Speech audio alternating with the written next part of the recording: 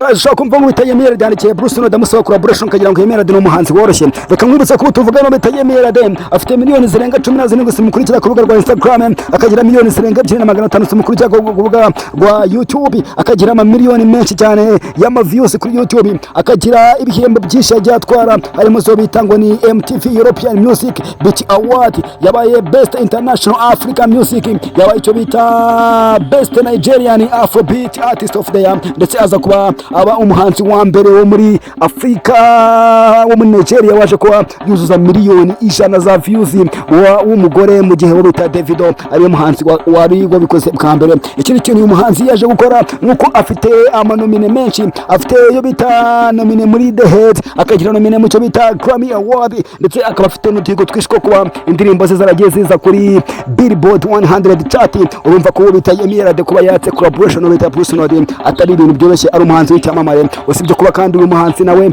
yagiye akorana n'abandi bahanzi bakomeye ibyamamare, yakuranye hit niwo bita Sauti Sol, akorana hit nabo bita Harmonize, akorana hit n'aba Nigeria bakomeye, akaba ari n'umukobwa usanzwe ari wo bita bad influencer ku social media, dore yuko ari umu actress, akaba ari wo bita TV show. No my people call me Mr. Iranga bisanzwe amagena amageze muri trend mwisi ya music. Ubona kintu kiri kuvuga usibye indirimbo ya Bruce Melody bayita Pompo, afatanyije no bita Diamond Platnumz ndetse no bita Brown Joy. Ikintu nje kubabwira hangaha mu masaha makinyashize wo bita Bruce Melody amaze kuba atangaza yuko indirimbo yamaze kuba ifata indi ntera yarenze East Africa, yamaze kuba ifata Africa muri rusange. Aje kuba atangaza yuko umuhanzi w'icyamamare bita Yemiyelady all the way from Nigeria yamaze kuba amwandikira amusaba collaboration cyangwa se ubufatanye mu ndirimbo, nyuma yuko amaze kuba yitegereza neza amashusho, akareba power, akareba energy, akareba sound, akareba uburyo Bruce Melody yaje kuba acting cyangwa se aririmba mu ndirimbo bita Pompo, mazo bita Yemiyelady aza kuba yifuza kuba yakorana collaboration ndetse no bita Bruce Melody. Usibye kuba kandi Yemiyelady yaje kuba yandikira bita Bruce Melody, indirimbo yamaze kuba ihindura ibintu byinshi cyane kuri social media za Bruce Melody, naho kuba kuri channel ya YouTube butuvugana yamaze kuba yusuza ibihumbi bigera kuri 908 subscribers. Nagari ashaka kumva ngo Yemiyelady yandikiye Bruce Melody damusaba collaboration kagira ngo Yemiyelady no muhanzi woroshye. Reka nkwibutsa ko tuvugana no Yemiyelady afite miliyoni zirenga 17 simukurikira ku rubuga rwa Instagram, akagira miliyoni zirenga 2500 simukurikira ku rubuga rwa YouTube, akagira ama miliyoni menshi cyane y'ama views kuri YouTube, akagira ibihembo byinshi yatwara harimo zo bitangwa ni MTV European Music Beat Award, yabaye Best International African Music, yabaye icyo bita Best Nigerian Afrobeat Artist of the Year, ndetse aza kuba aba umuhanzi wa mbere wo muri Afrika wo muri Nigeria waje kuba yuzuza miliyoni 100 za views w'umugore mu gihe wo bita Davido ari muhanzi wari bikoze bwa mbere. Ikindi kintu uyu muhanzi yaje gukora nuko afite amanomine menshi, afite yo bita nomine muri The Head, akagira nomine mu cyo bita Grammy Award, ndetse akaba afite n'utigo twishko kuba indirimbo ze zaragiye ziza kuri Billboard 100 chart. Urumva ko bita Yemiyelady kuba yatse collaboration no bita Bruce Nodi atari ibintu byoroshye, ari umuhanzi w'icyamamare. Usibye kuba kandi uyu muhanzi nawe yagiye akorana n'abandi bahanzi bakomeye ibyamamare, yakuranye hit niwo bita Sauti Sol, akorana hit nabo bita Harmonize, akorana hit n'aba Nigeria bakomeye, akaba ari n'umukobwa usanzwe ari wo bita bad influencer ku social media, dore yuko ari umu actress, akaba ari wo bita TV show, ndetse akagenda kuri ibintu byinshi bitandukanye. Bamwita Yemiyelady yamaze kuba yaka collaboration no bita Bruce Melody. Reka tuze gutegereza ngo mbese biraza kurangira gute. So guys, bano kwibaza ngo ubundi Melody bino binabikora gute? Murabizi ko itariki ya mbere z'ukwezi kwa mbere ubwabaga igitaramo cya New York Grove cyabereye muri PK Arena, wo bita Bruce Melody yaje kuba akora performance y'amasaha arenga cyangwa se irenga 1:30 cyangwa se hafi 2 akora icyo bita live non stop. Ubwo bita Bruce Melody kandi mu minota mike nishize baje kumubonana n'abantu bakomeye muri Rwanda Entertainment. ubwo ndavuga bita Rock Kimamo, yari kumwe no bita Rigani Rugaju, yari kumwe no bita Philipita, yari kumwe no bita Emma cyangwa se Emirene, yari kumwe no bita Kadafi Pro, yari kumwe no bita Juno Kizigenza, yari kumwe no bita JC, yari kumwe n'ibindi byamamare bikomeye.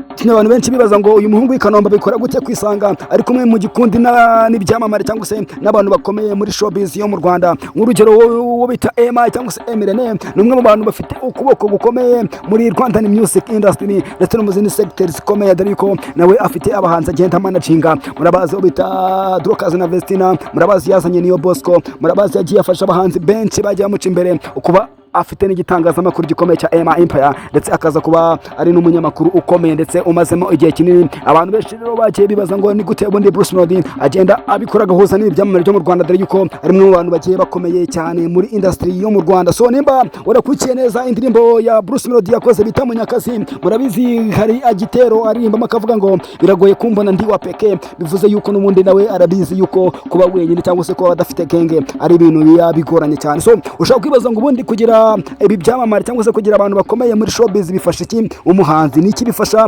icyamamare nk'iki ngiki? So ikintu rero abantu benshi babibaza cyangwa se ikintu abantu baba badasobanukiwe nuko kugira abantu nk'abangaba b'abanyamakuru bakomeye, abantu bavuga ari kwijyana mu Rwanda, bisobanuye ko ikintu cyose uwo bita Bruce Melody arekuye cyangwa se yaba indirimbo yashyize hanze, yaba ari inkuru ziri kumuvugaho, izo nkuru zikaba zigomba kuboostinga cyane, kubera yuko byonyine nk'uwo bita Rock ikimomo gupostinga ikintu cyangwa se gupostinga indirimbo ya Bruce Melody, nawe afite power ye, afite fame ye imukurikira. uwo bita Rigani Rugashi kuba yapostinga indirimbo ya Bruce Melody cyangwa se akaba yakira ikintu avuga kuri Bruce Melody, ubwabyo biraguruka cyane. uwo bita Emma cyangwa se uwo bita Vilpita, kuba bose bagenda bagira ibintu bavugaho, ibintu bituma indirimbo cyangwa se igikorwa uwo bita Bruce Melody yakoze cyahita cyumvikana ndetse kikagera kure. So ibingibi bikaba byanabaye kuri Bruce Melody ugitegura kujya mu gitaramo cya Nyuma Yuko Bruce, mbere yuko yinjira mu gitaramo, dore ko bari bakoze live ari kumwe n'aba bastari bose uko nabavuze, bari mu modoka imwe bagenda basharinga amaide, bagenda batanga uburyo bari buze kuba baperforminga, dore yuko n'umundi bose bimaraze kugaragara. ubita Bruce Melody akiva kuri stage, n'umundi ibyamamare byose bimukurikira maze bijya kuba bihura baracelebra, baze kuba bishimira ibyo bari bamaze kugeraho. So ibi rero nibyo bikwereka umuhanzi wamaze kuba icyo bita international